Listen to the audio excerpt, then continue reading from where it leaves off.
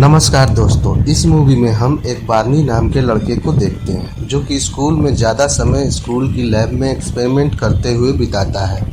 अब एक दिन कुछ केमिकल के रिएक्शन से बार्बी के साथ एक केमिकल लोचा हो जाता है, जिससे बार्बी के अंदर पावर आ जाती है, जिससे वो चीज़ों को बिना छुए हवा में उड़ा सकता था। इस पावर से वो स्कूल की सभी लड़कियों के साथ खूब मज़े लेता है। अब कहानी स्टार्ट होती है। हम स्कूल के प्रिंसिपल को असेंबली में अनाउंस करते सुनते हैं कि लास्ट बैच का आखिरी बेसबॉल मैच है और जिसे हम जीतने के लिए जी जान लगा देंगे, जहां पर जेन और उसकी टीम उसे चीयर अप करेगी। अब अगले सीन में हम देखते हैं बार्बी के दोस्त पेटन और मिस अफजाई का आपस में अफेयर चल रहा है। दूसरी तरफ बार्बी अपने लैब में एक्सपेरिमेंट कर रहा होता है, तभी वहां उसका कोच आ जाता है और कुछ लेने के चक्कर में बार्बी के केमिकल में कुछ मिक्स कर देता है। बार्बी को इस बात का पता नहीं होता है। तभी लैब में उसका दोस्त भी आ जाता है और कोच वहां से चला जाता है। यहाँ पेटन भी चोरी से बार्बी के केमिकल में अपनी बियर मिला देता है। इसके बाद बार्बी वो केमिकल अपने चूहे को एक्सपेरिमेंट के लिए पिला देता है। अब वो केमिकल पीने के बाद उसके चूहों में एक मैजिकल पावर आ जाती है। इसके बाद वो चूहे को और केमिकल पिलाने की कोशिश करता है, पर तभी गलती से सारा केमिकल गिर जाता है और बार्बी बेहोश हो जाता है। थोड़े टाइम बाद होश आने पर बार्बी अपने घर चला जाता है।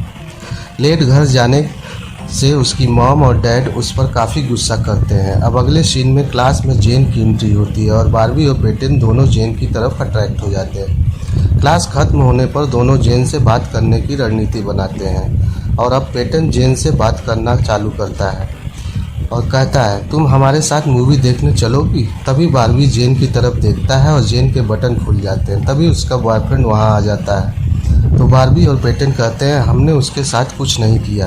तब वो जोन को लेकर वहां से चला जाता है। यह सब कुछ बार्बी को थोड़ा अजीब लगता है। अब बार्बी रियलाइज़ करता है कि उसके अंदर एक पावर आ चुकी है जिससे वो किसी भी चीज़ को बिना छुए कंट्रोल कर सकता था। अब ये सब छुप कर बार्ना और पेटन देख लेते हैं और उन्हें भी इस बात का पता चल जाता है। अब बार्नी बताता है कि यह सब कुछ लैब में हुए एक्सीडेंट से हुआ है और कहता है, ये बात तुम दोनों किसी को भी नहीं बताओगे। अब हम अगले सीन में देखते हैं कि बार्नी अपनी पावर यूज करके स्कूल की टीम को मैच जिता देता है। अब अगले दिन तीनों घूमने के लिए मैजिक लैंड जाते हैं, जहां बार्नी और बार्ना एक दूसरे की तरफ अट्रैक्ट होने लगते हैं। अब बार्नी अपने दोस्त पेटन की मदद करता है और उसकी मदद से जेन के बॉयफ्रेंड को सारे गेम में हरा देता है और पेटन जेन को अपने साथ लेकर अपने घर आता है और जेन के साथ इंटीमेट हो जाता है। साथ ही वो चुपके से जेन की एक पिक्चर भी क्लिक कर लेता है। वहीं दूसरी तरफ बार्नी और बार्ना भी एक दूसरे के साथ इंटीमेट होते हैं। अब रात को बार्नी और पेटन कैसीनो जाते हैं, जहां दोनों मिलकर जेन के बॉयफ्रेंड को बुरी तरह हरा देते हैं। अब रात को पार्टी में पेटन जेन के बॉयफ्रेंड को अपनी और जेन की इंटीमेट वाली तस्वीर दिखाता है। रोबोट गुस्से में पेटन को मारने लगता है, लेकिन बार्नी उसकी मदद करता है, जेन की ड्रेस उतार देता है। अब बार्नी गुस्से में आकर पार्टी में मौजूद सभी लड़कियों के कपड़े उतारने लगता है, जिससे वो पार्टी काफ़ी यादगार बन जाती है। लेकिन अचानक से कोई चीज़ आकर बार्नी के सर से टकराती है और वो बेहोश हो जाता है और होश में आने के बाद बार्नी देखता है कि उसकी पावर चली गई है। अब बार्नी बार्ना को किस करता है और बार्ना से कहता है, क्या तुम्हें घर जाने के लिए लिफ्ट चाहिए?